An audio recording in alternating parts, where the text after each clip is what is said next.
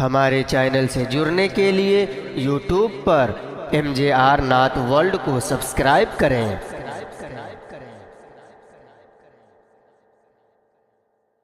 मैंने कहा ना बिरेन नहीं लगाएंगे कि फिल्मी स्टोरी कह दिया, फिल्मी कहानी कह दिया।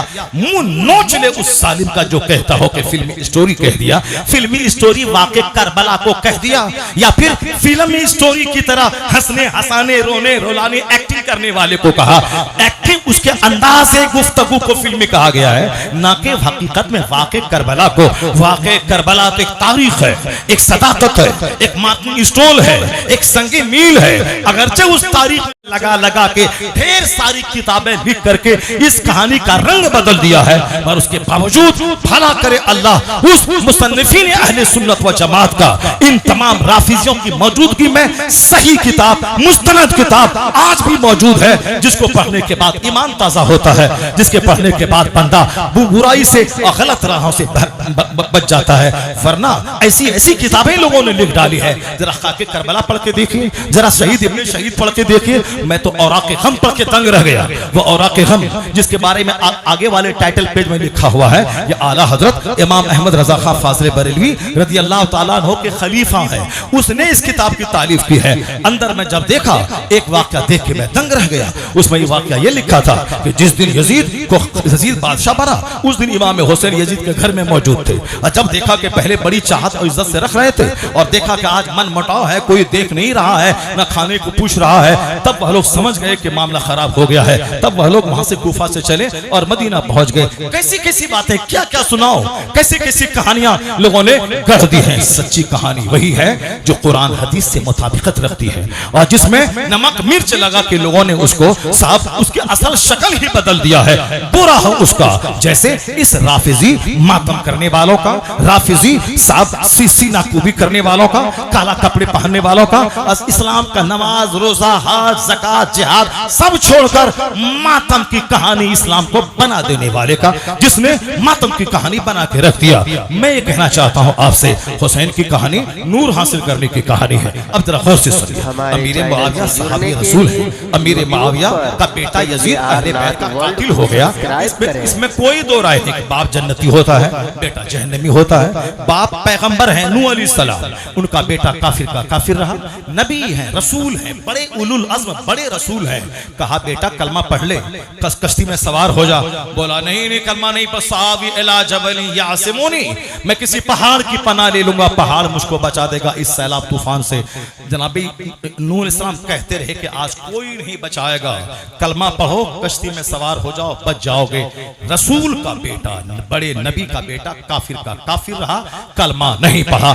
जब नबी का बेटा काफिर का काफिर रहा, तो एक सहाबी का बेटा अगर फासिक अहले बैत का कातिल हो गया तो ताजुब की क्या बात है। बिरेन रहेगा तब ना, यहाँ तो बिरेन तो किसी अंधे को दे बैठा। क्योंकि मैं सिर्फ 3 बातें आपके सामने रखने वाला हूँ वाक़े करबला के हवाले से, सिर्फ 3 बातें। शहीद आजम कॉन्फ्रेंस है, इमाम हुसैन शहीद आजम का नाम, इमाम हुसैन दुनिया के सबसे बड़े शहीद का नाम, इमाम हुसैन आइडियल और आदर्श का नाम। हम लोग तो जो कहते हैं, हम लोग इमाम हुसैन की याद कैसे मनाते हैं, हमारे समाज के लोग कैसे मनाते हैं। हमारे समाज के लोग हाथ में त्रिशूल, हाथ में साहब बर्छी ले लिया, हाथ में छुरी ले लिया, हाथ में तलवार ले लिया, हाथ में लाठी ले लिया, गले में ढोल लटका लिया, डीजे ले लिया, बिंजू ले लिया, बाजा ले लिया, साहब तमाशा ले लिया, ताजिया में दुलदुल घोड़ा बना दिया, घूम घूम के औरतों से चंदा लिया, ताड़ी पिया, शराब पिया, नाचा कूदा गाया, और मुहर्रम की 10 तारीख को एक फर्जी करबला में दफन कर दिया।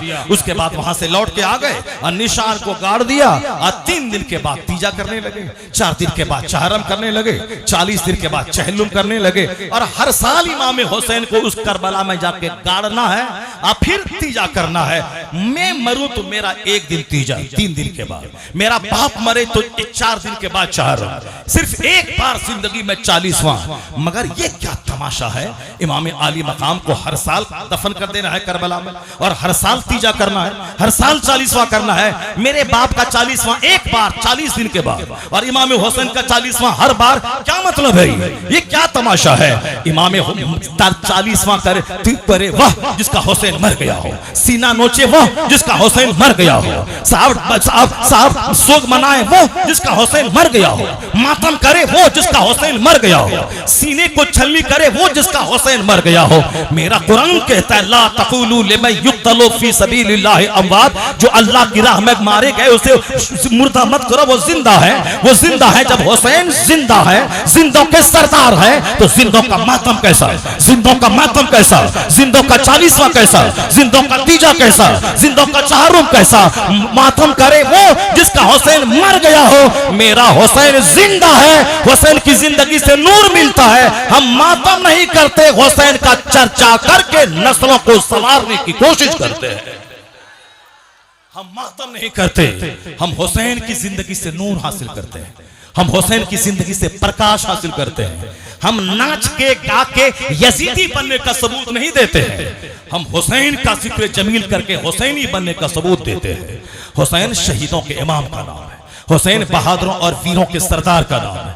हुसैन मुसीबतों की आंखों में आंखें डालकर हौसला और सब्र से जीने का पैगाम देने वाले जबरदस्त वीर और योद्धा का नाम है। कुरान शरीफ में आया है कि वज़क्किर फ़इन्न ज़िक्रा तनफ़उल मुमिनीन। ए हबीब, आप समझाइए, लोगों को बताइए, मकसद हयात बताइए, जीने की गर्ज़ो गायत बताइए, उसे बताइए कि ये आसमान क्यों बगैर खंभे के खड़ा है, लोगों को बताइए कि ये ज़मीन क्यों पानी के ऊपर में टिकी हुई, लोगों को बताइए कि एक पानी की बूंद से कैसे इंसान पैदा किया जाता है, लोगों को आप बताइए कि वही अल्लाह जो पानी की बूंद से पैदा किया है, दोबारा मौत देकर कब्र में सड़ी हुई हड्डी में दोबारा जान डालकर तुम्हें जिंदा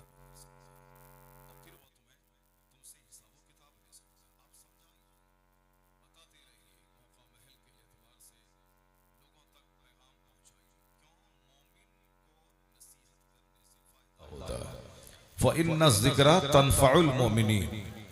नसीहत करने से मोमिनों को फायदा होता है। क्या फायदा होता है? नसीहत करने से दिल नर्म हो जाता है, वाज सुनने से आदमी का घमंड दूर होता है, वाज सुनने से आदमी का गुरूर टूटता है, वाज सुनने से आदमी के रोंगटे खड़े होते हैं, वाज सुनने से आदमी अपनी जिंदगी में यू टर्न लेता है। जा रहा था मशरिक पूरब की तरफ, वह लौट के काबा की तरफ चलने वाला बन जाता है। नसीहतें कारगर होती हैं। पानी किस कदर लिक्विड और सयाल और किस कदर बारीक चीज है, लेकिन बार बार पत्थर पे पानी पड़ता है तो पत्थर पिघल जाता है, पत्थर में दाग और निशान पड़ जाता है। ये इंसान का दिल ही तो है।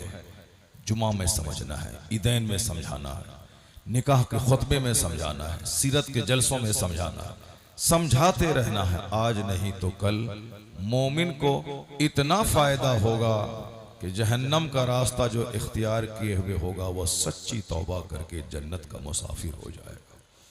काफिरों को फायदा नहीं देता है। काफिरों को नसीहत से क्या मिलता है? कुरान से सुनिए। कुरान कहता है वइज़ा क़ील लहु तक़िल्लाह अख़ज़तहुल इज़्ज़तु बिल इस्म फ़हस्बुहु जहन्नम। कुरान कहता है कि जब मुशरिकों से, कुफ्फार से, अल्लाह के इन बागी बंदों से जब कहा जाता है कि अल्लाह से डरो, तो इनको और गुनाह करने की जिद चढ़ जाती है। यानी काफिरों की खसलत क्या है? जब उनसे कहा जाए कि अल्लाह से डरो तो उनको गुनाह करने की जिद चढ़ जाती है। मोमिन के अंदर अगर ये वस्फ है कि अगर किसी ने कहा कि माँ बाप की खिदमत करो तो और मौलाना को चिढ़ा चिढ़ा कर माँ बाप को मारने की जिद चढ़ जाती है, तो समझ जाएं कि वो ढांचे का मुसलमान तो है, लेकिन ये क्वालिटी काफिर की है। जो कि मुसलमानों को फायदा देता है, मुसलमानों को वाज से फायदा पहुंचता है, और काफिरों को गुनाह करने की जिद चढ़ जाती है। काफिरों को कहा जाए कि शराब मत पियो, तुमको और शराब पीने की जिद चढ़ जाती है। काफिरों को कहा जाए कि करने की जिद चढ़ जाती है। उनसे कहा जाए कि साहब दरख्त, झाड़, बंदर, सुअर, चुचंदर के सामने मत सर टेको, तो उनको और जानवरों के सामने सर टेकने की जिद चढ़ जाती है। तो आप अल्लाह का शुक्र अदा करें, अपने दिल में झांक के देखें कि अगर मस्जिद में वाज सुनने से उलझन नहीं हो रही है, सीरत के जलसों में आके कुरान हदीस सुनने से साहब कोई उजलत और बेचैनी का मुजाहरा नहीं हो रहा है, तो समझ जाएं कि अल्लाह रब्बुल इज्जत का इनाम है कि आपका दिल जिंदा है, आपका दिल मरा नहीं। लेकिन अगर जुमा के दिन खिताब लंबा हुआ, आपको उलझन होने लगी, ईदैन में इमाम साहब बयान कर रहे हैं, आपको उलझन होने लगी, वाज की महफिलों में कुरान हदीस का बयान हो रहा, आपको उलझन होने लगी कि जल्दी से खत्म करे, तो समझ जाएं कि आपका दिल मर चुका है। जब दिल मर चुका है तो उस मुर्दा को जिंदा करने का सामान करना पड़ेगा। जैसे जमीन मर जाती है, अब जमीन को दोबारा जिंदा करने के लिए कुछ करना पड़ता है। जमीन मर गई, फसल पैदा करने के लायक नहीं रह गई, लेकिन उसको दोबारा फसल पैदा करने के लायक बनाने के लिए उस जमीन में पानी डालना पड़ता है। आसमान से बारिश होती है या फिर मशीन के जरिए जमीन से पानी निकाल के उसमें डाला जाता है, फिर वह मुर्दा जमीन दोबारा जिंदा हो जाती है, फिर हसीन फसल लहलहाने लगती है। उसी तरह जब दिल मर जाए तो इस मरे हुए दिल को जिंदा करने का सामान क्या होगा? हुजूर फरमाते हैं कि इन्नल कुलूब तज़दा कमा यस्दउल माउल हदीद। आका फरमाते हैं कि सीनों को भी जंग लग जाता है, दिलों को जंग लग जाता है। जैसे लोहे में पानी पड़ने से लोहे में जंग लग जाता है, उसी तरह सीना दिल भी जंग आलूद हो जाता है। काफिरों के बीच रहते रहते सीना जंग आलूद हो जाता है, बेनमाजी की सोहबत में रहते रहते सीना जंग आलूद हो जाता है, दुनियादारों का चेहरा देखते देखते सीने में जंग लग जाता है। शराबी, पापी, फासिक, फाजिर, पक्का दुनियादार जो सुबह से लेकर शाम तक सिर्फ पैसा पैसा पैसा करता रहता है, ऐसे दुनियादारों के बीच बैठने से सीना सख्त हो जाता है, सीने में जंग लग जाता है। और जंग लगने की पहचान क्या है? कि मस्जिद में दिल नहीं लगे, चौक चौराहे पे दिल लगे। उस जंग लगने की पहचान क्या है? जलसा जुलूस में दिल नहीं लगे, उसको साहब शराब की भट्टी में दिल लगे। दिल के जंग लगने की पहचान क्या है? कि अपने माँ बाप से बात करने में उलझन हो, गैरों से बात करने में उसको मजा आता हो, अपनी बीवी अच्छी नहीं लगने लगे, अपनी भाभी अच्छी लगने लगे, अपनी बीवी अच्छी ना लगे, दूसरों की काली कलोटी चुड़ैल बीवी अच्छी लगने लगे, तो समझ लें कि दिल मर चुका है। उस मरे हुए दिल को जिंदा करने के लिए क्या करना पड़ेगा? आका अलैहिस्सलाम से पूछा गया, सरकार सीने में जंग तो लग जाता है, वमा जलाओ, ये वाइट कैसे होगा? ये दिल उजला कैसे होगा? इसका जंग साफ कैसे होगा? लोहे में जंग लगे तो आग की भट्टी में डाला जाता है, लोहे का जंग साफ हो जाता है, लेकिन दिल में जब जंग लग जाए तो उसका इलाज क्या है? आका फरमाते हैं, कुरान करीम की तिलावत करने और मौत को कसरत से याद करने से सीने का जंग साफ हो जाता है। जब बंदा ये समझता है कि सब दिन मुझको दुनिया में जिंदा रहना है, बहुत दिनों तक जिंदा रहना है, समझ जाए कि उसका दिल मर चुका है। क्योंकि आए दिन निगाहों के सामने 18 साल के जवान की डेड बॉडी जा रही है, आए दिन निगाहों के सामने 25 साल जवान मर रहा है, बूढ़े बेचारे 90 साल के मौत के इंतजार में है, मौत ही नहीं आ रही। 25 साल का जवान बाइक लेके घर से बाहर निकला, डेड बॉडी के हजारों टुकड़े होके घर वापस आए। लोग साहब घर से बाहर निकले, वहां से उसकी लाश आ रही, 1 मिनट पहले घर से बाहर निकला, 2 घंटे के बाद डेड बॉडी आ रही। कसरत से जवानों की मौत हो रही है। अक्लमंद वो है जो इन मौतों में अपनी मौत झांक के देखे। अक्लमंद वो है जो इस मरने वाले में अपनी मौत झांक के देखे। बेवकूफ वो है जिसका दिल ही मर चुका हो, वो क्या देखेगा? वो लाश देखने के बाद हंसेगा, वो कब्रिस्तान में मुर्दे को दफनाने के बाद भी हंसेगा। जहां के लोग कब्रिस्तान को देखने के बाद गमगीन हो जाते हैं, आदमी का सीना थोड़ा नरम हो जाता है, आंख से आंसू के कतरे निकलने लगते हैं, अपनी मौत याद आने लगती है। बंदा सोचता है कि अब जो वक्त बचा है इबादत में उसको गुजार देता हूं, तो कब्रिस्तान तो मौत को याद दिलाता है, दूसरों की मौत हमारी मौत याद दिलाती है, जनाजे की नमाज हमारी मौत याद दिलाती है। मगर जिसका दिल सख्त हो चुका हो, वो कब्रिस्तान में हंसता है। जब किसी को देखें कि मस्जिद में कहका लगा रहा है, जब किसी को देखें कि कब्रिस्तान में कहका लगा, समझ लें कि इसका दिल मर चुका है। मरे हुए दिल को जिंदा करने के लिए वाज की महफिल है, मुर्दा दिल को जिंदा करने के लिए जुमा का खिताब है। इसलिए शरीयत ने इंतजाम किया है कि हर जुमा के दिन तकरीर कर वाज करना होगा। 1 मिनट का सही मगर वाज फर्ज है, यानी शर्त है। जैसे बगैर वुजू के नमाज नहीं, उसी तरह बगैर जुमा के दिन वाज और खुतबा के जुमा की नमाज नहीं।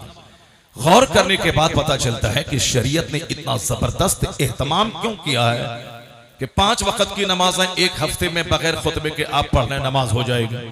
खेत में, खलियान में, एयरपोर्ट पे, रेलवे स्टेशन पे, जहां वक्त आया नमाज का, पूरी रुए जमीन को अल्लाह ने हमारे लिए पाक कर दिया है और जहां चाहे मुसल्ला बिछाएं और नमाज पढ़ें। लेकिन उसके लिए वाज जरूरी नहीं, खिताब जरूरी नहीं। मगर जुमा की नमाज ऐसा नहीं कि जहां चाहे पढ़ लें, जहां चाहे खेत में, खलियान में, नदी नाले के किनारे जुमा की नमाज पढ़ ले। नहीं, जुमा की नमाज के लिए इज़्ने आम जरूरी है, एक आम ऐलान, कोई रोक टोक नहीं, सारे लोग नमाज पढ़ने आ जाए। और जुमा की नमाज कायम कोई आम आदमी नहीं करेगा, बादशाह इस्लाम करेगा। और जो बादशाह इस्लाम नहीं है, जहां वहां उस इलाके का जो सबसे बड़ा आलिम दीन है, वो बादशाह इस्लाम का कायम मकाम नाइब है, वो जुमा की नमाज कायम करेगा। और ऐसे नहीं कि अजान हुई, गए और तकबीर हुई, जुमा की नमाज पढ़ लिया, नहीं होगी नमाज। बगैर वजू के नमाज नहीं होती है। उसी तरह जुमा की नमाज बगैर वाज, बगैर खुतबा, बगैर नसीहत के नहीं होती है। कंपलसरी है वाज, चाहे 1 मिनट का सही, चाहे 1 घंटे का सही। वाज का मतलब नसीहत, तकरीर, वो जो अरबी जबान का खुतबा होता है। इमाम साहब मेंबर पे चढ़े और खुतबा देते हैं, सबीलुकुम तवीलुन तवील वज़ातुकुम कलीलुन कलील, यानी ए मुसलमान, तुम्हारी ये जिंदगी तो इतनी मुख्तसर है कि 100 साल तो 1 सेकंड है, लेकिन मरने के बाद जहां जाओगे कब्र में, जब तक कयामत कायम नहीं होगी, आलम बरज़ख में रहना होगा। और कयामत कायम कब होगी कोई नहीं जानता। 5000 साल पहले नूह अलैहिस्सलाम के जमाने में जो लोग मर गए, आज तक कयामत कायम नहीं हुई, वो कब्रिस्तान, वो कब्र में है, आलम बरज़ख में है। आज आदम अलैहिस्सलाम के जमाने में जो आज से 10,000 साल पहले जो लोग मर गए, वो आलम बरज़ख में, कब्र में है, कयामत नहीं आई। तो तुम भी मरोगे, मुमकिन है कि कयामत 50,000 साल के बाद आए। तो एक लंबा अरसा तुम्हें कब्र में रहना होगा, आलम बरज़ख में रहना होगा।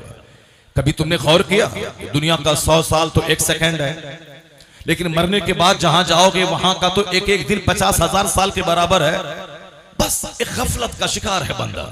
इसी दुनिया को सजाने, सवारने, निखारने, इसी के लिए 30 साल तक मेहनत करके पढ़ना है, कंपटीशन फेस करना है, फिर 32 साल तक नौकरी करनी है, फिर 62 साल में रिटायर होने के बाद 1 दर्जन बीमारी को लेकर के मौत का इंतजार करना है। 90 साल की उम्र से पहले पहले बंदा चक्कर आया, गिरा, मर गया, कब्रिस्तान पहुंच गया। 100 साल के अंदर इस जिंदगी की कहानी खत्म हो गई। अब एक ऐसी कहानी का आगाज होता है जो कहानी कभी खत्म नहीं होने वाली, यानी जो जिंदगी कभी खत्म नहीं होने वाली। यही इस्लाम का बुनियादी, इस्लाम की बुनियादी तालीम है, यही तालीम पूरे कुरान में यही है। कई लाख अहादीस करीमा में यही है, चाहे हदीस मरफू हो, हदीस मौकूफ हो, हदीस मक्तू हो, चाहे जो भी हदीस हो, सब में यही है। इस्लाम की तालीमात का निचोड़ यही है कि हमें यह दुनिया एक आर्जी तौर पर मिली है और दायमी ठिकाना आखिरत है, जहां इस दुनिया के हर किए का हमें हिसाबो किताब देना होगा। हर स्याह सफेद का हिसाब मरने के बाद देना। ऐसा नहीं कि मरने के बाद कुछ नहीं होता, नहीं, ये दुनिया बगैर मकसद की नहीं बनी। अफा हसीब तुम अन्नमा, यानी क्या तुम ये गुमान करते हो कि मैंने तुझको बगैर बेकार पैदा किया है, बेमकसद पैदा किया है? नहीं नहीं, ये आसमान बगैर खंबे का, ये सूरज, ये चांद, ये सितारे, ये नदी, ये नाले, ये झरना, ये डेजर्ट, ये फसलें, ये गेहूं, ये चावल, ये अनार, ये सेब, ये नाशपाती, ये मूली, ये खीरा, ये ककड़ी, ये गाजर, ये परिंदों का गोश्त, ये जानवर का गोश्त, ये समंदर की मछलियां, ये जानवर के थनों का दूध, ये माँ की छाती का दूध, ये सारी चीजें ऐसे नहीं कि ऐसे ही हो गए, नहीं, सारी चीजों में हजार करोड़ों हिकमतें पोशीदा। ये सारी नेमत तुम्हारे लिए है। ताकि तुम जब माँ के पेट के अंदर रहो तो माँ का माहवारी खून से तेरी ग़िज़ा का इंतजाम हो, और जब माँ के पेट में पैदा हो के उसकी गोद में आ जाओ तो माँ की खुश्क छाती में दूध की नहर बहाकर अल्लाह हमारी रोजी का इंतजाम फरमाता है। पेट में रहे तो अलग रोजी, और गोद में आए तो अलग रोजी, और 2 साल के बाद जब खूब चलने फिरने लगे तो अलग रोजी। रोटी खाना है, चावल खाना है, 2 साल के बाद अब माँ का दूध पीना हराम है, तो माँ के गोद में माँ के शिकम में खून, माँ की गोद में दूध, और जब चलने फिरने लगे तो ये रोटी, ये चावल, ये सालन, ये तरकारी, और फिर बदन को प्रोटीन चाहिए, वरना सारे लोग पौने पैदा होंगे। अगर बंदा गोश्त नहीं खाए तो आने वाली नस्लें उसकी बेअकल पैदा होंगी, क्योंकि अकलमंद रहने के लिए, चुस्त और दुरुस्त रहने के लिए बदन को प्रोटीन चाहिए, और प्रोटीन का सबसे बड़ा रिसोर्स है गोश्त। इसलिए जिन लोगों ने आज से 50 साल पहले, एक बहुत बड़ा दानिश्वर हिंदुस्तान में, एक गैर मुस्लिम दानिश्वर, उसने कहा था कि आने वाली नस्लों को कमजोर होने से बचाने के लिए आपको अपना नजरिया बदलना होगा। यानी ये जो नजरिया आप रखा है कि सिर्फ वेजिटेबल सब्जी खानी है, सब्जी खानी है, आने वाली नस्लें पौनी पैदा हो जाएंगी, आने वाली नस्लों की हड्डियां कमजोर हो जाएंगी, आने वाली नस्लों का ब्रेन खराब हो जाएगा। इसलिए नजरिया हटाइए कि जीव हत्या, जीव हत्या, जीव हत्या। तो ये जीव हत्या वाला नजरिया हटाइए। जिस अल्लाह ने हमारे लिए सारी चीजें पैदा की हैं, उसी अल्लाह ने हमारे लिए मुर्ग पैदा किया, उसी ने हमारे लिए बटेर पैदा किया, उसी ने हमारे लिए समंदर की मछलियां पैदा की। इस बदन को मछली चाहिए, इस बदन को गोश्त चाहिए, मगर लोगों ने इतना उसको साहब टॉर्चर किया कि इतना बड़ा विद्वान, बड़ा साइंटिस्ट, एग्रीकल्चर डिपार्टमेंट का वैज्ञानिक साइंटिस्ट, सबसे बड़ा पढ़ा लिखा, उसने चुप्पी साध ली, क्योंकि हिंदुस्तान के जाहिलों ने इतना निचोड़ा, इतना टॉर्चर किया, वो चुप हो गए। लेकिन चुप तो हो गए, मगर फॉर्मूला तो आ चुका है अखबार में, फॉर्मूला तो आ चुका सामने। उस फार्मूले पे अमल करते हुए आज की तारीख में अगर 1 लाख का बकरा अगर पुम्मा के चौराहे पे ज़बह होता है तो 10 मुसलमान ही गोश्त लेते हैं, 90% गैर मुस्लिम उसका गोश्त खाते हैं। क्यों? वह जानते हैं कि बच्चों को प्रोटीन के लिए गोश्त जरूरी है, वह जानते हैं कि आने वाली नस्लों को चुस्त और तंदुरुस्त सेहतमंद रखने के लिए मछली जरूरी है। कैसा है वो मेरा खुदा जिसने मेरे लिए दूध, मेरे लिए मछली, मेरे लिए गोश्त, मेरे लिए खीरा, मेरे लिए आम जैसा फलों का राजा पैदा किया, ताकि जैसे ही पसीना बहे तो फौरन 1 गिलास आम का जूस पी लें, जो गरीबों की सबसे बेहतरीन ग़िज़ा है। मालदार खाएं 400 केजी वाला सेब, मालदार खरीदें 500 केजी वाला अनार, मालदार खाएं काजू किशमिश, लेकिन जो ताकत काजू किशमिश, पिस्ता, बादाम, अनार, सेब, संतरा, मौसम्बी में नहीं है, वो ताकत अल्लाह ने आम जैसे सीधे सादे सिंपल स्वीट फल में अल्लाह ने रख दिया है, ताकि कम से कम साल के 2-3 महीने गरीब आदमी भी जम के आम खा ले और साल भर तक के लिए ब्लड उसके बदन में वाफिर मिकदार में पैदा हो जाए। कौन है वो खुदा जिसने हमारे लिए आम बनाया? कौन है वो खुदा जिसने हमारे लिए सूरजो चांद पैदा किए? फिर तन्हाई में जब गौर करेंगे इस पॉइंट पर, बेवकूफ बोलता है बाद में सोचता है, बेवकूफ पहले लिख देता है फिर बाद में पछताता है। अब बेवकूफ सुनी सुनी बातों में वो आगे आता है, उसके पास ब्रेन नहीं है कि तहकीक करे, उसके पास अक्ल नहीं है कि गहराई में डूबे, वो जाने के साथ बोलने का मकसद क्या है, वो जाने के लिखने का मकसद क्या है, वो तो सुनी सुने कौवा कान ले गया, कान ले गया, कान ले गया, कान ले गया। उस बेवकूफ ये अकलमंद ये काम नहीं करता है। अकलमंद सबसे पहले गौर करता है तब बोलता है, अकलमंद पहले रिसर्च करता है तब लिखता है। तो अल्लाह ने ब्रेन दिया है सोचने के लिए, अल्लाह ने ब्रेन दिया है तहकीक करने के लिए, अल्लाह ने ब्रेन दिया है गौर व फिक्र करने के लिए। जिस दिन आप ब्रेन से काम लेकर गौर व फिक्र करेंगे कि सारी नेमतें हमारे लिए और हम किस काम के लिए, हम चोरी चकारी के लिए, हम जुआ सट्टा के लिए, हम दूसरों की बहू बेटी को ताक झांक करने के लिए, हम अपने माँ बाप की छाती पे चढ़ के कुटाई करने के लिए, या हम शराब में 24 घंटे धुत रहने के लिए, या झूठ शराब और साहब जुए में लथपथ रहने के लिए नहीं। जिस दिन आपने गौर किया, लाजवाब आसमान, लाजवाब जमीन, लाजवाब फसलें, लाजवाब सोसाइटी इंसान की, ये सारी चीजें हमारे लिए हैं। हैं, तो हम किस काम के लिए? जब आप इस सवाल का जवाब ढूंढेंगे तो एक आवाज आपके ज़मीर से आएगी, ये सारी नेमतें तुम्हारे लिए और तुम्हारी पेशानी का सजदा नेमत देने वाले खुदाए वाहिद के लिए।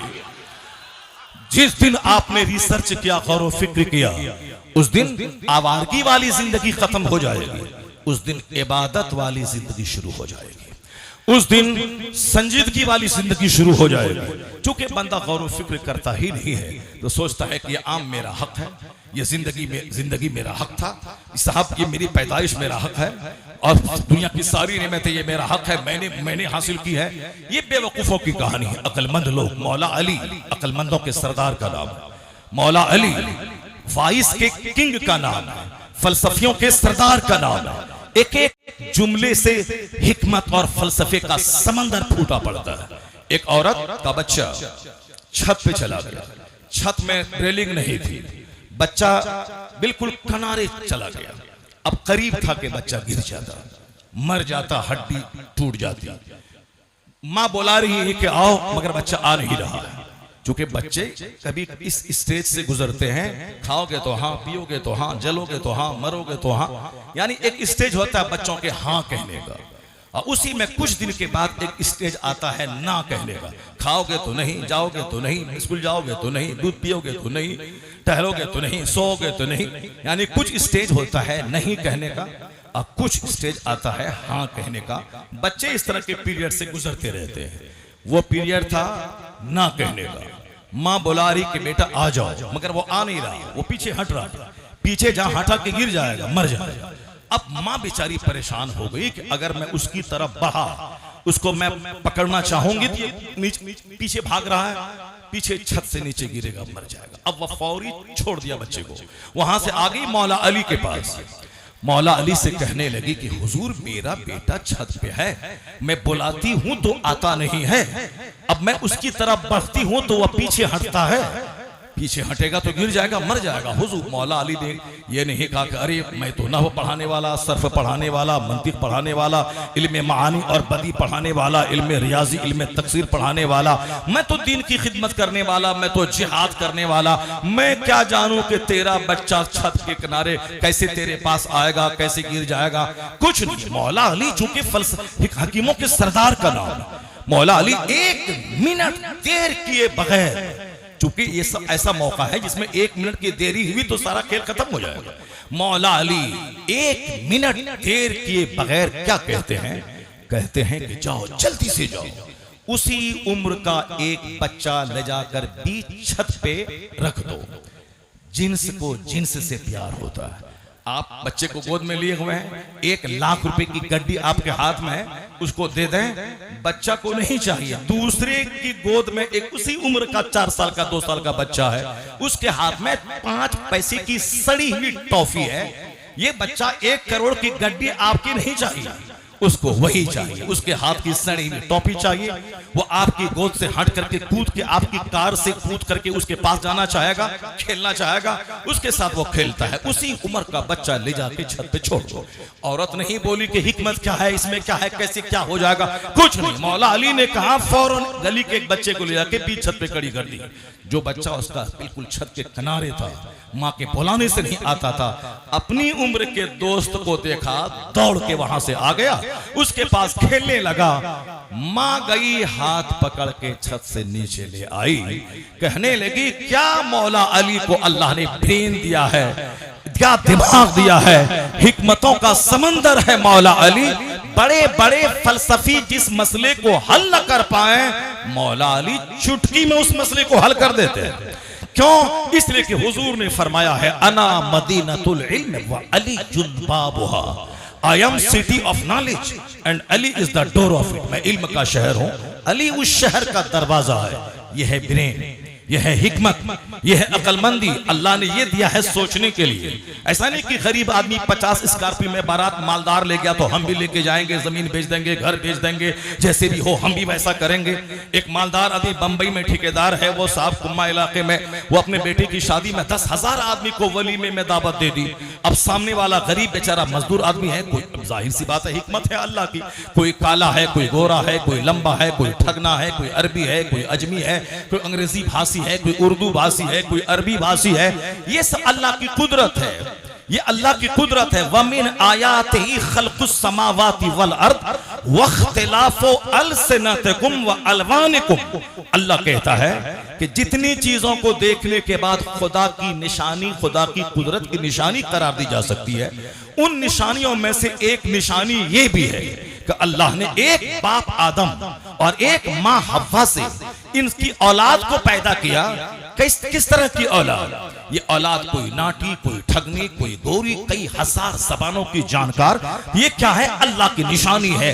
वो अजीम खुदा कि एक बाप एक माँ से हजारों जबान की जानकार, हजारों टाइप की सोच के लोगों को अल्लाह ने पैदा कर दिया। यहाँ तो जैसा बाप वैसा बेटा, जैसी माँ वैसी औलाद। यहाँ तो आदम सारे इंसानों के बाप है, हव्वा सारे इंसानों की माँ है। तो आदम और हव्वा से मुख्तलिफुल लिसान, अलग अलग जबान के लोगों को, अलग अलग रंग के लोगों को पैदा किया। ये अल्लाह रब्बुल इज्जत की कुदरत है, ये अल्लाह रब्बुल इज्जत की कारीगरी की हिकमत है। तो अल्लाह तबारक व तआला ने दुनिया को पैदा किया और सारी चीजें अनमोल हैं, यूनिक हैं, अजूबा है। आज बंदा सिर्फ ब्रेन लगा के गौर करे, दरख्त के पत्ते उससे कहेंगे कि अल्लाह है, नदी का पानी का कतरा कहेगा अल्लाह है। हम जब सोचते हैं कि मैं अरबपति बन जाऊं लेकिन नहीं बन पाता हूं, तो इसमें भी हिकमत है कि बंदा जब गौर करेगा तो सोचेगा कि हाँ मेरा रब्बे करीम है, वही सारा संसार चलाता है। ये बात मौला अली से पूछिए। मौला अली कहते हैं अरफ तो रब्बी बेफस्खिल अज़ाइन, मेरे इरादे जब टूट जाते हैं तो मैं समझ जाता हूं कि कोई है जो अपनी चलाता है, मेरी चलने नहीं देता है। क्या मतलब? कौन है? वही खुदाई वाहिद की साथ है जो अपनी चलाता है, अपनी मर्जी चलाता है। बंदा कुछ भी चाहे, बंदे का चाहा हुआ सब कुछ नहीं होता है, वही होता है जो मंजूरे खुदा होता है। तो हम लोग तो बस आसमान को देखा हंसा, जंगल को देखे हंसे, दूसरे का चेहरा देखा हंसने लगे। मस्जिद में कहकहा, जंगल में कहकहा, कब्रिस्तान में कहकहा, डेड बॉडी के सामने कहकहा। हमेशा हंसने वाला पागल होता है, हमेशा हंसने वाला अक्ल से आरी होता है। वक्त वक्त पे हंसने मुस्कुराने वाला, वक्त वक्त पे संजीदा गमगीन हो जाने वाला। अगर किसी की बीमारी की खबर मिली, अब वहां जाके आप हंसने लगे, लोग कहेंगे पागल है। किसी की मौत की खबर मिली, अब वहां जाके हंसने लगे, लोग कहेंगे पागल है। मौत की खबर मिली, बंदा गमगीन हो जाता है। रिश्तेदार की बीमारी की खबर मिली, बंदा अफसोसनाक चेहरा लेके बैठ जाता है। अगर आपको नहीं आता हो चेहरा बनाना तो प्रधानमंत्री मोदी जी से सीख लीजिए। साहब इस कदर वो गमनाक चेहरा बना लेते हैं। कहीं कहीं संतावना देने चले गए, जिसको आप लोग कहते हैं कि किसी की ताज़ियत के लिए चले गए, वहां गए, बिल्कुल खामोशी की तस्वीर बन जाते हैं, चेहरे से बिल्कुल गम के आसार झलकते हैं। जब कभी उनका चेहरा हम देखते हैं, हमको लगता है हाँ ये हकीकत में चेहरा है। चेहरा कैसा है? जब किसी के घर में गम का माहौल हो, मैयत का माहौल हो, 2-4 बच्चे मर गए हों, समाज के 2-4 बच्चे पानी में डूब गए हों, वहां नहीं बोले कि मैं तुम्हारे गांव की नदी सुखा दूंगा, नदी का पानी खत्म कर दूंगा ताकि न पानी रहेगा न तेरा बच्चा डूब के मरेगा। नहीं, वहां ज्यादा भाषण वो नहीं देते, वहां चुपचाप खामोशी की तस्वीर बन जाते हैं। यही होना चाहिए। कब्रिस्तान में खामोशी की तस्वीर बंदा बन जाए, मस्जिद में चुपचाप अहकमुल हाकिमीन, जो सारे हाकिमों का सबसे बड़ा हाकिम है, उसके दरबार में आए हैं। कोर्ट कचहरी में छोटा सा इंसान, एक छोटा सा हाकिम है, उसके सामने कोई सीना खोल के जाए तो फौरन निकल जा बाहर। ये कोई मैदान या पॉलिटिकल चैम्बर नहीं है, इसको लगाओ। यहाँ साहब आस्तीन को समेटो, आस्तीन को खोल दो, और साहब ये जो तुमने पैंट मोड़ दिया उसको खोलो, और ये जो तुम गमछा गले में लगाया है नेतागिरी करने के लिए, ये गमछा हटाओ। हाकिम के सामने जा रहे हो, बिल्कुल डिसिप्लिन बनकर सिविलाइज्ड बन के जाओ। मामूली सा दुनिया का हाकिम आज है कल मर जाएगा, आज है कल कुर्सी से हट जाएगा, ये उसका एहतराम है। उसके चैम्बर में जाने से पहले बंदा अलर्ट हो जाता है। मस्जिद अहकमुल हाकिमीन का दरबार है, सारे बादशाहों का बादशाह उसका दरबार है।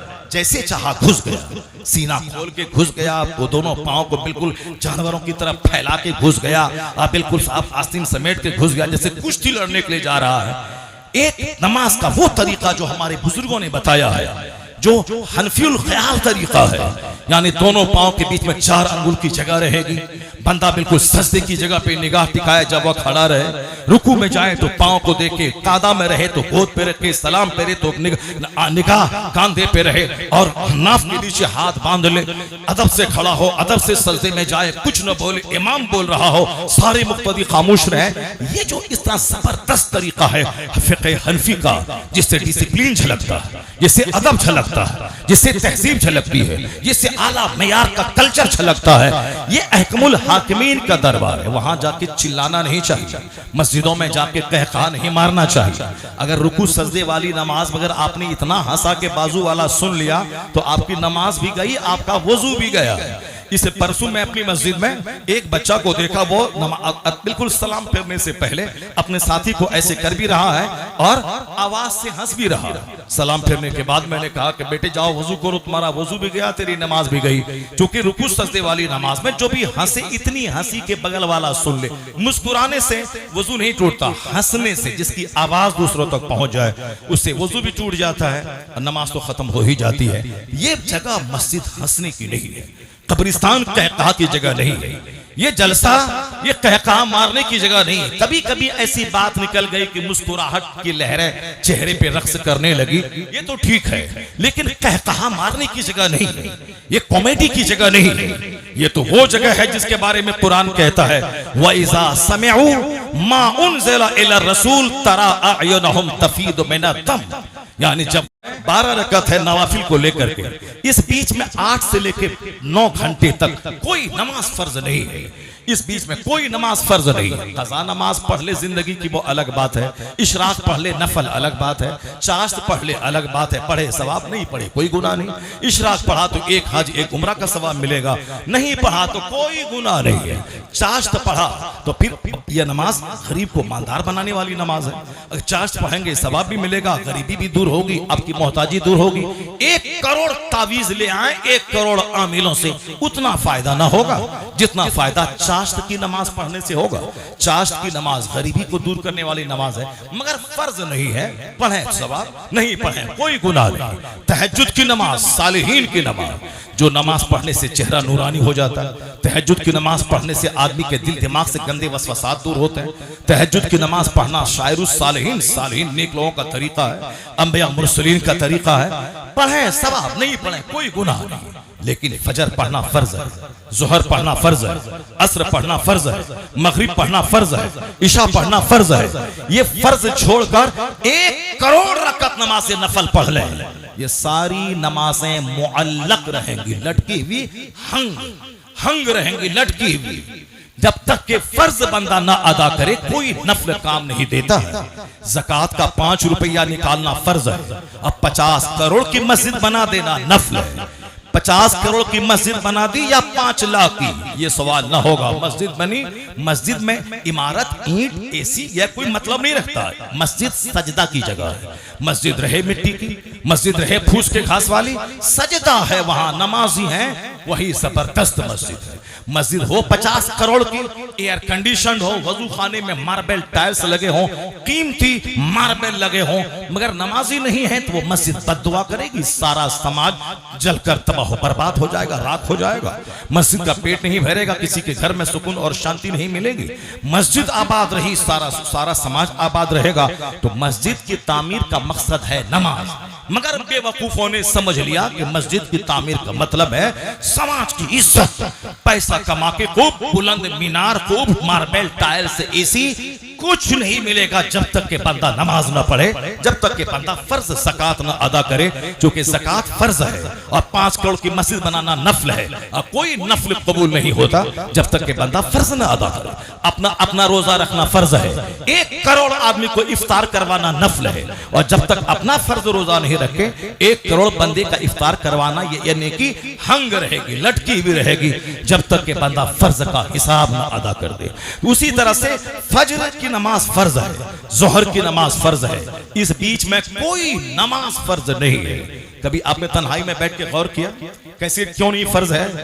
जब गौर करेंगे तो पता चलेगा कि ये वक्त है कमाने का, ये वक्त है मैदान में जाने का, ये वक्त है खेत खलिहान में जाने का, ये वक्त है स्कूल जाने का, ये वक्त है मदरसा जाने का, ये वक्त है खूब मेहनत मुशक्कत करके पैसा कमाने का, ताकि खुद खाऊं माँ बाप को खिलाऊं, खुद खाऊं समाज के गरीबों को खिलाऊं। कोढ़ी बन के नहीं रहूं कि कोई पंजाब दिल्ली से कोई सेठ आया उसके दरवाजे पे जाके भीख मांगू कि मैं बीमार हूं, इलाज कराने के लिए पैसा दीजिए, मेरी बेटी की शादी है और शादी में खर्च करने के लिए पैसा दीजिए। नहीं, ये 8 घंटे कोई नमाज फर्ज नहीं है। इसीलिए ये वक्त है मेहनत करने का, ये वक्त है काम करने का, ये वक्त है स्कूल जाने का, ये वक्त है दफ्तर जाने का, ये वक्त है खेत में हल चलाने का, ये वक्त है मेहनत मुशक्कत करके जरखेज बंजर जमीन को जरखेज बनाने का, पहाड़ की खुदाई करके पानी निकालने का। जितनी मेहनत ज्यादा करोगे उतनी ही रोजी मिलेगी, उतना ही खुशहाल दुनिया में रहोगे। खुशहाल रहोगे तब न मस्जिद बनाओगे, खुशहाल रहोगे तब न मस्जिद में चंदा दोगे, पैसा रहेगा तब न माँ बाप की खिदमत करोगे, पैसा रहेगा तब न अपने ससुराल जाके वहां से वापस आते वक्त में सास के हाथ में 500 रुपए दोगे, जब पैसा रहेगा तब न बीमार ससुर को 5000 रुपए दोगे कि इससे आप इलाज करवाइएगा। अगर पैसा नहीं रहा तो उस गरीब ससुर से पैसा मांगोगे, सास नहीं दी तो चेहरा लटका के बैठ जाएंगे, अब 5 साल तक ससुराल ना जाने की कसम खा लेंगे। सास ने पैसा नहीं दिया, ससुर ने पैसा नहीं दिया, ईद में ससुराल से कपड़ा नहीं आया, भिखारी कंगाल कपड़ा नहीं आया मुंह फूला के बैठ जाएगा। लेकिन जो मेहनत करेगा, मुशक्कत करेगा, पैसा कमाएगा, वो कहेगा ये मेरी बीवी का बाप है, इसका मतलब मेरा बाप है, ये मेरी बीवी की माँ है, सास है, इसका मतलब वो मेरी माँ है, तो अब वो इसके पास पैसा रहेगा। ये सास से नहीं मांगेगा, 5000 रुपए सास को देगा, 5000 रुपए ससुर को देगा, 2000 रुपए अपने कंगाल साला को देगा, समाज के गरीबों को देगा, अपनी फूफी को देगा, अपनी चची को देगा, अपने चचा को देगा। माल रहेगा तब न देगा। तो इस्लाम ये नहीं चाहता कि तू भिखारी बन जा, इस्लाम चाहता है कि रात में इशा से लेके फजर तक कोई नमाज फर्ज नहीं है तो तू आराम कर 8 घंटे, ताकि दिन की सारी थकावट दूर हो जाए। और फजर से लेके जोहर तक कोई नमाज फर्ज नहीं है, जी भर के मेहनत कर, पैसा कमा।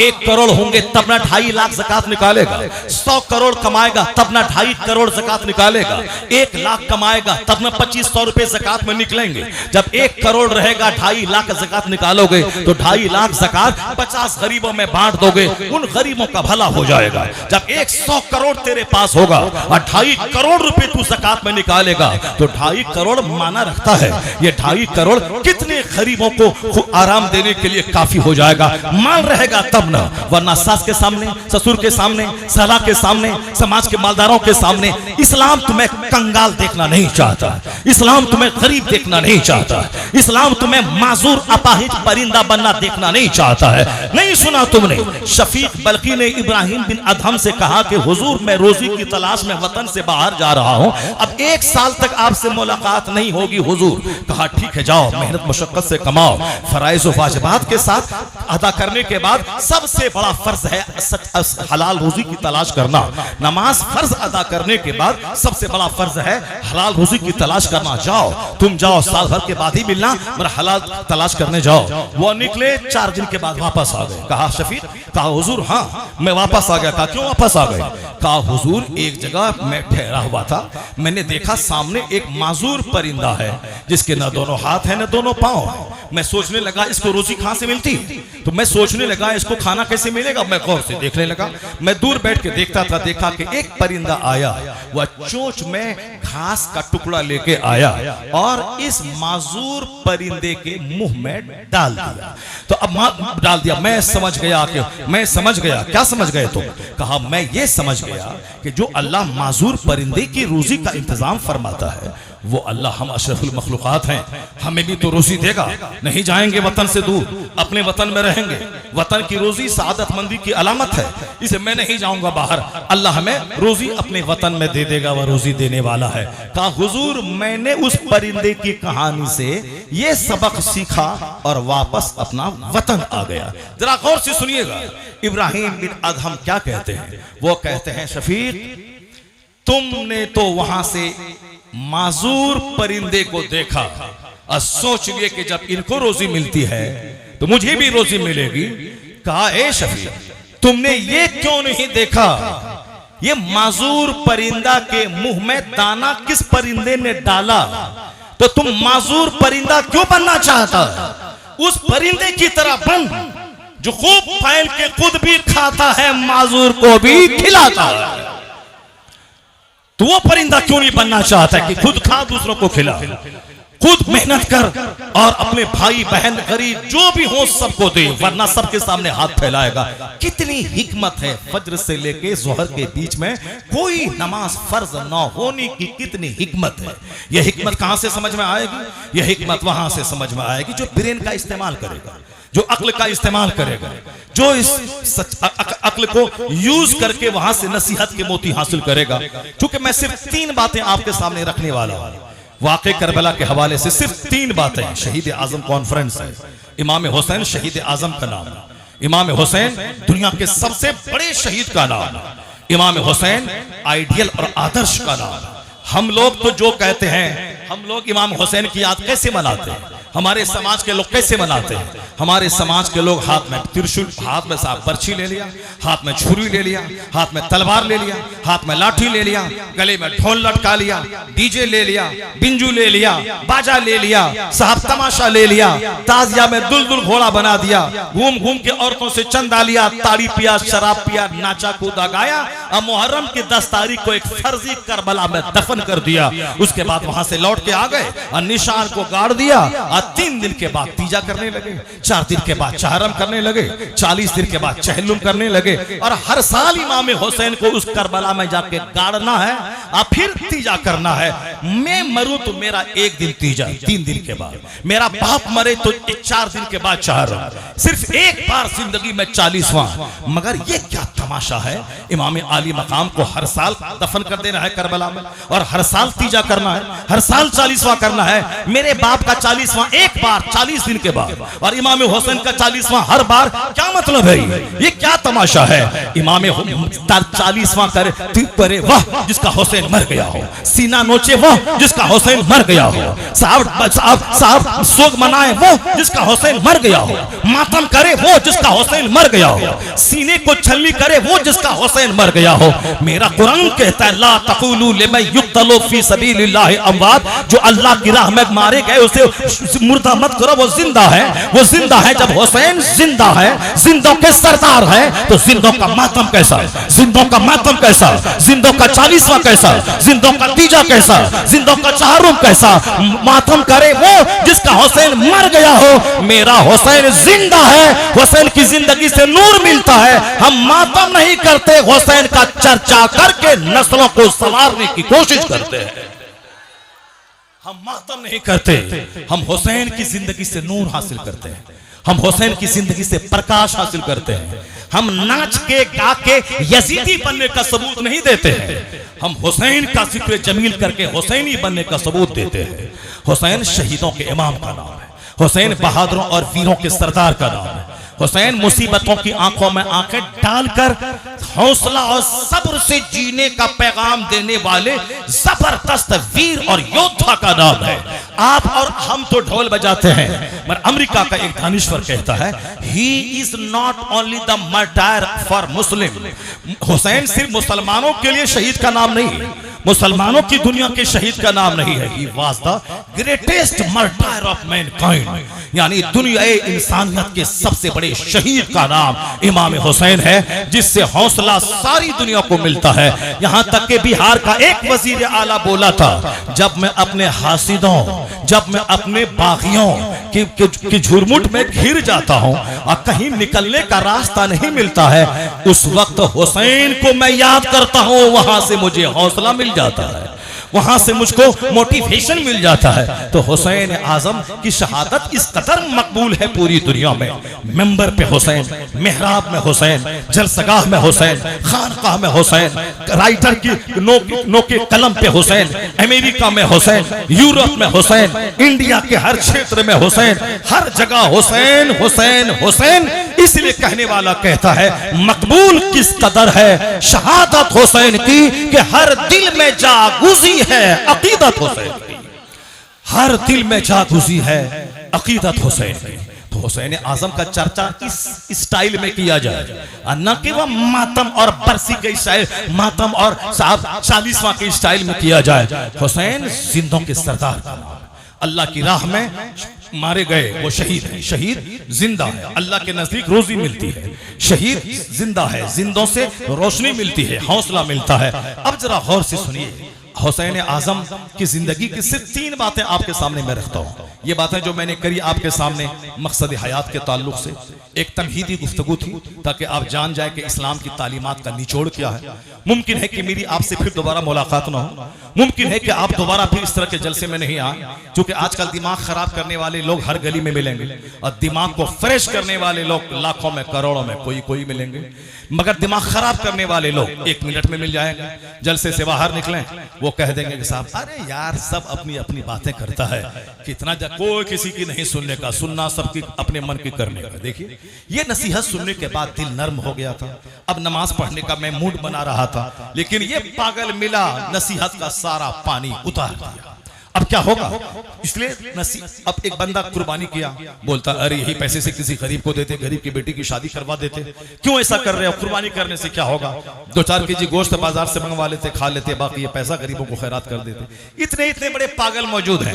1 मिनट में आपका दिमाग फ्रेश होगा और 1 मिनट के बाद वह दिमाग खराब कर देगा। अगर आप तकरीर सुनेंगे, वाज सुनेंगे, आलिमों की सोहबत में रहेंगे, तो उस खबीस मरदूद का जवाब क्या देंगे? जो मरदूद ये कहता है कि कुर्बानी करने से क्या फायदा है, 1 लाख का बकरा ज़बह करने से क्या फायदा है, 1 लाख किसी गरीब को दे देते, उस खबीस मरदूद के इस एतराज का जवाब आप कैसे देंगे जब तक आप आलिम की सोहबत में नहीं रहें, जब तक आप खुद स्टडी नहीं करें, खुद मुताला नहीं करें। इसलिए तो जलसा जरूरी है, इसलिए तो आलिम की सोहबत जरूरी है। हदीस में क्या कहा गया? कुन आलिमन औ मुतअल्लिमन औ मुस्तमिअन औ मुहिब्बन फला तकुन लिल गामिस फतहलिक। हदीस में क्या कहा गया? या तो आलिम बन के जिंदा रहो, ताकि खुद से पढ़ते रहो, 10-10 हजार किताबें पढ़ते रहो, 20-20 हजार किताबें पढ़ते रहो और अपने दिमाग को जिंदगी देते रहो। अगर आलिम नहीं बन पाए तो मुतअल्लिम बन के जिंदा रहो, यानी आलिम तुम्हें सिखाएंगे, तुम उनसे सीखो, 5 मिनट सीखो, 5 घंटे सीखो, 5 सेकंड सीखो, लेकिन सीखो। जो 20 साल तक जो मौलाना मदरसे में पढ़े, अगर वो 3 दिन लगातार किताबों का मुताला छोड़ दें, तो एक दानिश्वर ने कहा है कि मौलाना कभी दिल मरने लगता है, वो भी आम जाहिलों की तरह सोचने लगता है। तो इस दिल को जिंदा रखने के लिए डेली स्टडी करना होगा। जैसे जिंदा रहने के लिए डेली खाना जरूरी है, उसी तरह दिल को जिंदा रखने के लिए डेली किताबों का मुताला जरूरी है, चाहे 5 मिनट हो या 5 घंटा हो। मुताला आदमी को संकटों से निकालता है, मुताला आदमी को अंदर से स्ट्रॉन्ग बना देता है, मुताला बेशुमार उलझनों को दूर कर देता है, दिमाग की गिरहें खोल देता है, मुताला ज़बान की लुकना दूर कर देता है। हम लोगों को ना माल जाल चाहिए, हम लोगों को अपने घर में मॉल बना देते हैं। प्लेट 5 की जरूरत है तो 50 प्लेट, साहब कप 10 की जरूरत है तो 20 कप, 10 गिलास की जरूरत है तो 50 गिलास। ये हम लोग अपने घरों को मॉल बनाते थे। बात कर रहे थे हम लोग अपने घर में सामान का मॉल लगा देते हैं, हम लोग अपने घर में सामान का जाल बिछा देते हैं। लेकिन जो लोग पढ़ने वाले लोग होते हैं, वो पढ़ने वाले लोग कैसे होते हैं? पाकिस्तान में एक डॉक्टर कौसर नियाजी, गौर से सुनिए मेरी बात, पाकिस्तान के वजीर तालीम थे, उनकी अपनी निजी लाइब्रेरी में 10,000 किताबें थी। 10,000 चंदा करके नहीं, अपने पैसे से तनख्वाह मिल रही है, उसी में से 2% निकाल दिया कि हर महीने किताब खरीदना है, लाइब्रेरी में लाना है। हम लोगों को जब माल जमा करने का जुनून होता है तो पैसे को दांत से पकड़ के रखते हैं, फिक्स डिपॉजिट करते हैं, उससे साफ फला सामान खरीद लिया, फिर उसको बेच करके फला खरीद लिया, इसके बाद ये प्लॉट खरीद लिया, उसको महंगे में बेच कर फिर दूसरा प्लॉट ले लिया, यानी इसी में करते करते मर गया, प्लॉट से कोई फायदा नहीं मिला। और हुजूर ने कहा था 1400 साल पहले, वला तत्तखिज तत्तखिजू ज़या फतरगबू फीहा फिद दुनिया, माल असबाब जमीन की खरीदारी के पीछे ज्यादा मत पड़ना, वरना दुनिया की तरफ राग़िब हो जाओगे। इबादत की लज्जत नहीं मिलेगी, सजदे में भी जमीन मकान माल ही नजर आएगा, न सजदे की लज्जत मिलेगी और एक नाकाम सी जिंदगी गुजार के दुनिया से चले जाओगे। मकान जरूरत है ताकि मैं उसमें रहूं, और रहूं क्यों? ताकि मैं अल्लाह की इबादत करूं। कपड़ा जरूरत है क्योंकि मैं सत्र छुपाऊं, सत्र क्यों छुपाऊं? मैं जिंदा रहूं ताकि मैं अल्लाह की इबादत कर सकूं। खाना जरूरी है क्यों? ताकि मैं जिंदा रहूं, और जिंदा क्यों रहूं? ताकि मैं अल्लाह की इबादत करूं।